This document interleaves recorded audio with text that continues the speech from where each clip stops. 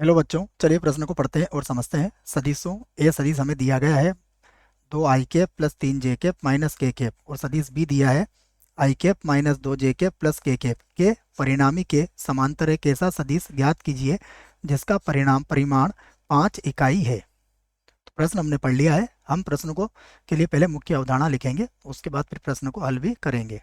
तो अवधारणा मुख्य अवधारणा में हम इस बात को लिखेंगे कि इकाई सदिश कैसे प्राप्त किया जाता है।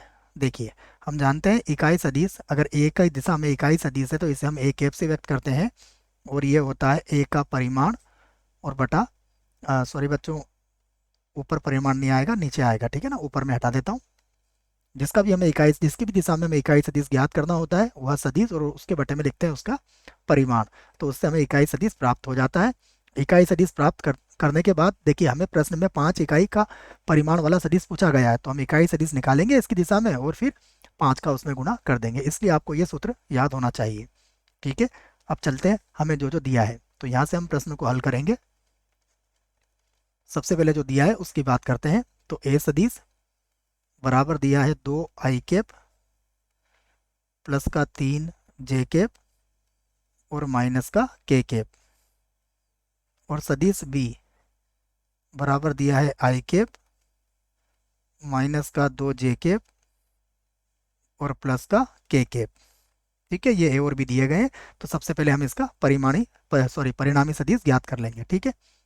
तो मैं लिख लेता हूँ परिणामी सदिश। परिणामी सदिश,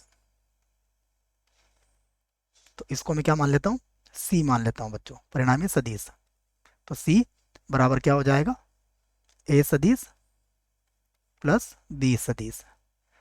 तो सी सदिश बराबर, दोनों को जोड़ लेते हैं। देखो, 2 और 1 हो जाएगा 3, तो ये हो जाएगा 3i कैप, 3 में से 2 गया तो 1 बचेगा, तो ये हो गया j कैप, और ये हो जाएगा 0 के कैप। ये मिल गया हमें सी सदिश। अब क्या करेंगे, हम सी की दिशा में सबसे पहले इकाई सदिश ज्ञात करेंगे। तो सी के अनुदिश, सी के अनुदिश इकाई सदिश, इकाई सदिश। देखिए क्या होगा, इकाई सदिश जैसा आपको सूत्र बताया, ये होगा 3i कैप प्लस का हो जाएगा j कैप, और के कैप की तो जरूरत ही नहीं है। वर्गमूल में क्या आ जाएगा, 3 का वर्ग तो हो जाएगा 9, और 1 का वर्ग हो जाएगा 1। तो बराबर कितना आ गया, ये हो गया 3i कैप प्लस का हो गया j कैप, और बटे में हो जाएगा वर्गमूल के अंदर 10। ये हो गया। अब हमें कितने परिमाण वाला सदिश चाहिए, 5 इकाई वाला। तो यहाँ से हम उत्तर दे सकते हैं कि अतः अतः सदिश ए तथा सदिश बी के परिणामी के परिणामी के समांतर, परिणामी के समांतर समांतर 5 इकाई, समांतर 5 इकाई परिमाण वाला, 5 इकाई परिमाण